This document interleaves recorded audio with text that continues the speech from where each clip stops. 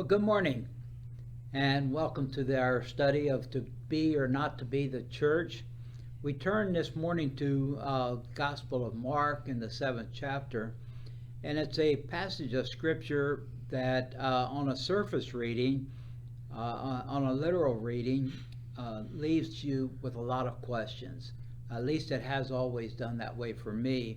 And it's a passage of scripture that has to be unpacked to really get inside of it. So here are the words from the Gospel of Mark, starting the seventh chapter, starting with verse 24. Jesus left that place and went into the region of Tyre. He didn't want anyone to know that he had entered a house, but he couldn't hide. In fact, a woman whose daughter was possessed by an unclean spirit heard about him right away. She came and fell at his feet. The woman was Greek, a Syrophoenician by birth. She begged Jesus to throw the demon out of her daughter. He responded, "The children have to be fed first. It isn't right to take the children's bread and toss it to the dogs." But she answered, "Lord, even the dogs under the table eat the children's crumbs." "Good answer," he said. "Go home. The demon has already left your daughter." When she returned to her house, she found the child lying on the bed and the demon gone. Now, when you hear this, uh, and you hear Jesus respond to the woman uh, about the children have to be fed before she can have anything, what are the thoughts that might run through your head? Why? Why? Yeah. What comes to my mind is that he's dedicating his message to the Jews of the day, Yeah, right, and not the Gentiles, yeah. right? Uh, that's what comes to me also, and along with that, the uncharacteristically what seems to be a rude response from Jesus to the woman. But like I said, this has to be unpacked, and so we'll take this a piece by piece here. Tyre and Sidon were in the area of Syria, and interestingly, the two cities were part of the initial land allocations in the book of Joshua, when the land was divided among the 12 tribes.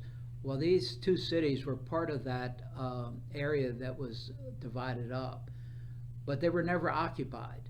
They were never subdued and made a part of the kingdom along the way there. They were each independent cities. Here in Virginia, we know a little bit about the independent cities, in that they had their own government, they had their own king. And within an area of 15 to 20 miles around the city, that was their kingdom and where their power existed. They were both seaports on the Mediterranean coast. They both had natural harbors that were protected by rock outcroppings further out into the ocean that acted as a breakwater, and so they were a protected harbor. And as such, they were both centers of trade. As time went on, Sidon fell by the wayside, but Tyre continued to exist in this city of trade there. Um, as I said, it was in Gentile territory, um, and so the people there were Gentiles. Now, why did Jesus go here? If it's Gentile territory, why did he go there? Well, one possible explanation of that is that he just simply needed a time apart.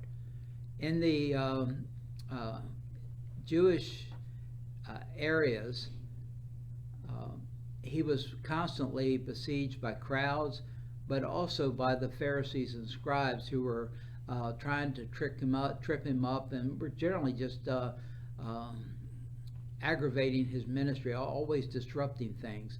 And he always had to contend with them, and the crowds were getting larger and larger, and so he just needed, appears that he just needed some apart time. And so where do you get that? You go to where those people won't go. by going into the Gentile area. He knew the scribes and Pharisees weren't going to be there. Unclean. Unclean, that's exactly right. And the crowds hadn't yet got the word and gathered around him. Although, as this woman comes, it seems that the word of what he had been doing was seeping through the land there.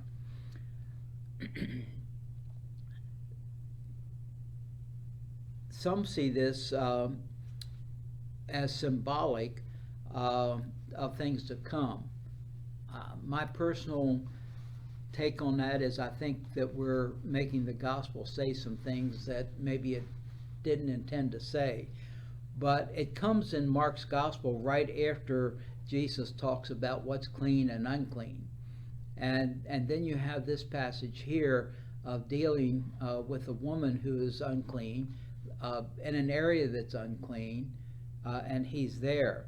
And so some see it as an expansion of the good news to all people. I'm not sure that that was really at work here. I think that the earlier suggestion that Jesus just needed some time away was more to the point, and this was where he could do it. The woman comes seeking healing for her daughter. She's not seeking anything for herself. She comes seeking on behalf of her daughter. And this is, Pastor Don has titled this this sermon, "To Be an Advocate." And I think this is where that ties in, is the woman doesn't come seeking anything for herself, but she's seeking something for her daughter. I already mentioned that at first glance it seems that Jesus' response is an insult.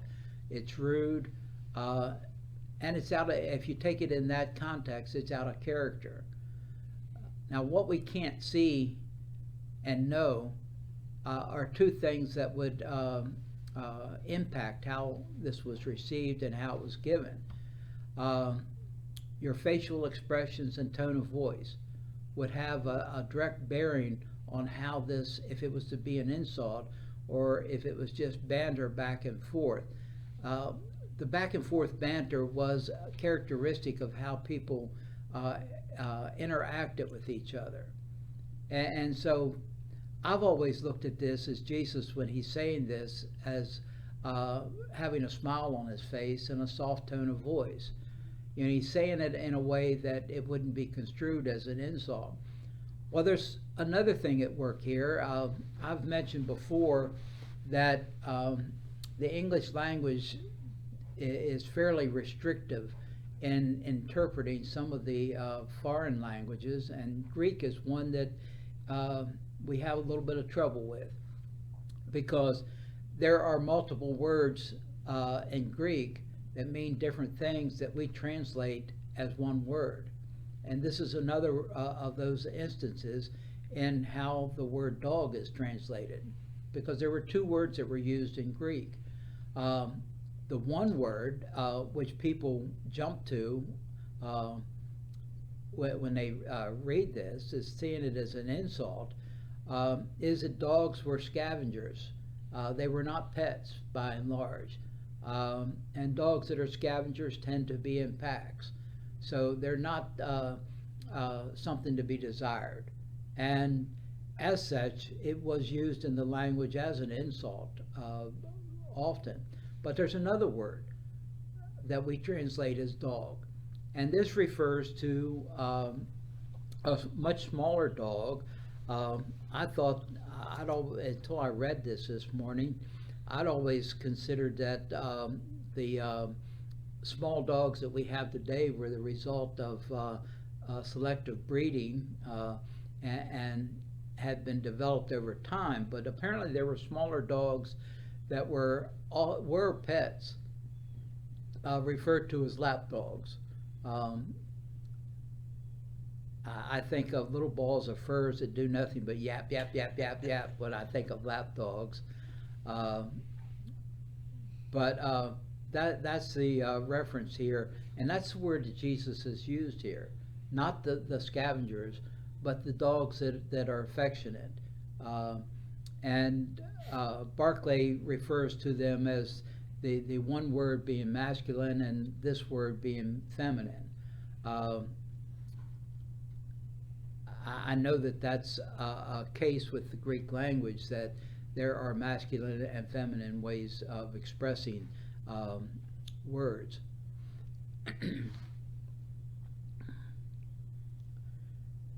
As I said, there would have been a banter back and forth,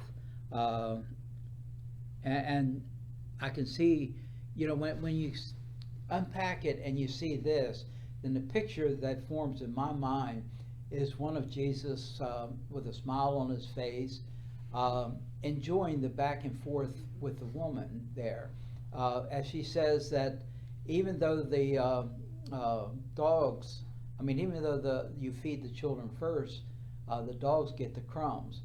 Now, they didn't have knives and forks that they used. They ate with their fingers. And they used bread. I'm referring to Barclay, William Barclay, in his commentary for this information here, that the use of bread was to cleanse your fingers. If you got a greasy piece of meat that you've been eating on, then you take a piece of bread and kind of rub your fingers over it, and you wouldn't eat it, you'd toss it aside. And that's what the dogs were eating. The crumbs that the woman's referring to here are these pieces of bread that have been just tossed aside. And she's in effect saying that those crumbs that you tossed aside, they're good enough for what I need here, if you'll simply give that to me. How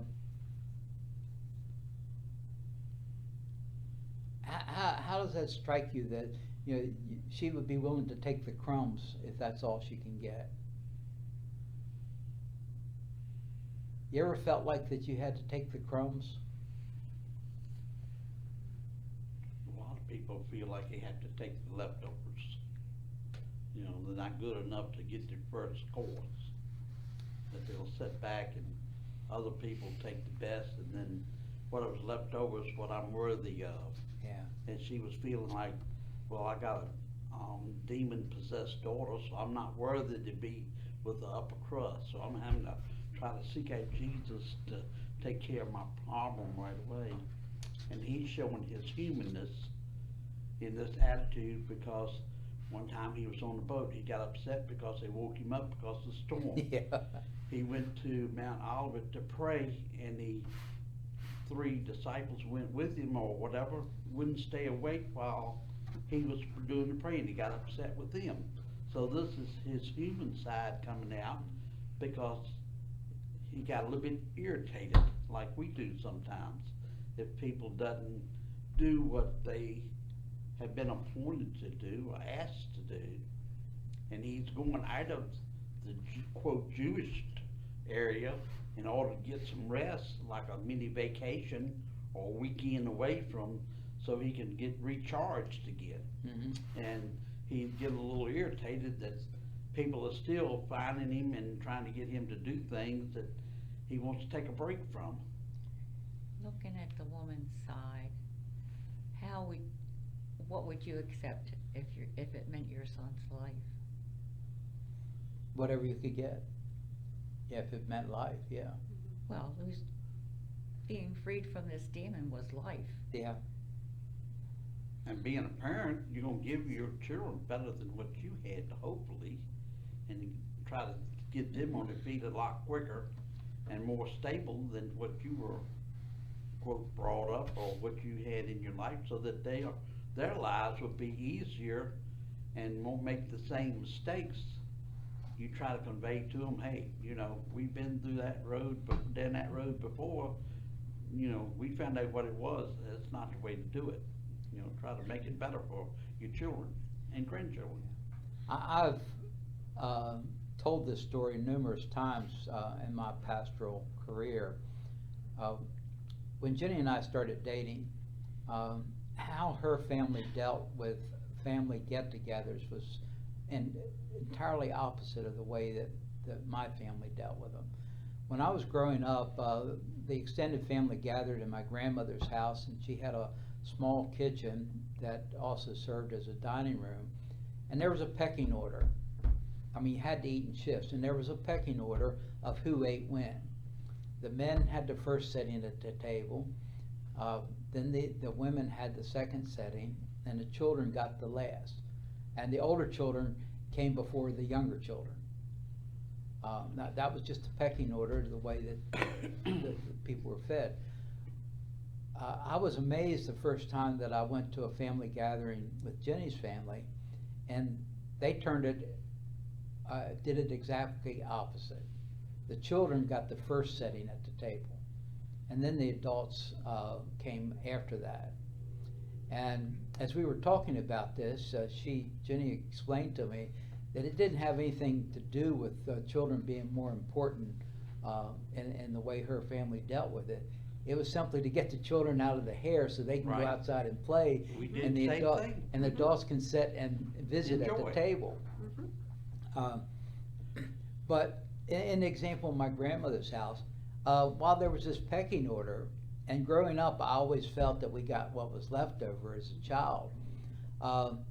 As I look back on my grandmother's life, there wasn't anything that she wouldn't do for her children and especially her grandchildren. And she did, by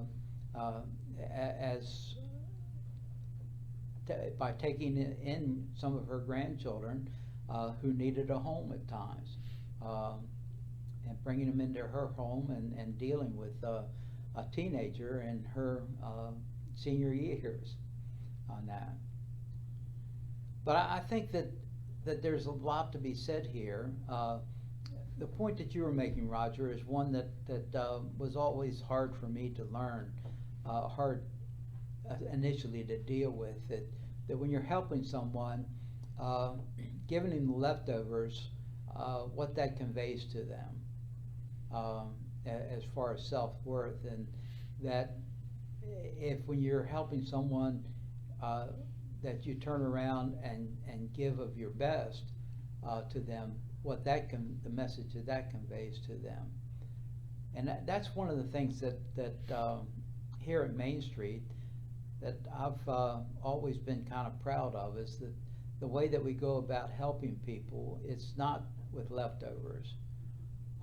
It's giving the best that we have to be able to give, to reach out to them. Well, any other comments as we close this out here? One thing that strikes me about this is kind of what Roger touched on, was the human side of Jesus. So here's Jesus, he takes a position, right? He says, well, we're going to do this first before we do that. And this woman counters him, and he changes his mind or you know, Deals with the situation. Deals with the situation in a positive way. So Yeah.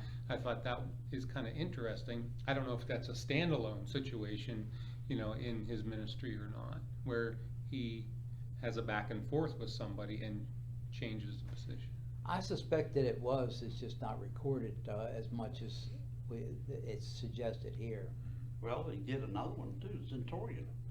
Yeah. Clinton voted his Centurion's child. Well, she's already healed. You know, you go back home, it's gonna be okay. And that kind of thing. It's like maybe another incident where it was taken care of remotely when the parent was the one that was advocate or case of representative to Jesus. And because the demon wouldn't tell Jesus to keep me out of this child, the mother was asking to keep the demon out of the child. Evidently Because her if you faith brought was- the child, the demon's gonna argue with Jesus the whole time. I belong. This Yeah. is my place, just like a swine, when you threw all the demons into the swine to get rid of them. And all that kind of thing. It's a couple of incidents in the Bible where the parent was an advocate for the child, and he took care of it remotely, pretty much. Well, as Pastor Don opens this up for us in the light of being an advocate, I hope that this helps as a background for where this is coming from. And as always, we look forward to having you join us in worship later on this morning. God bless.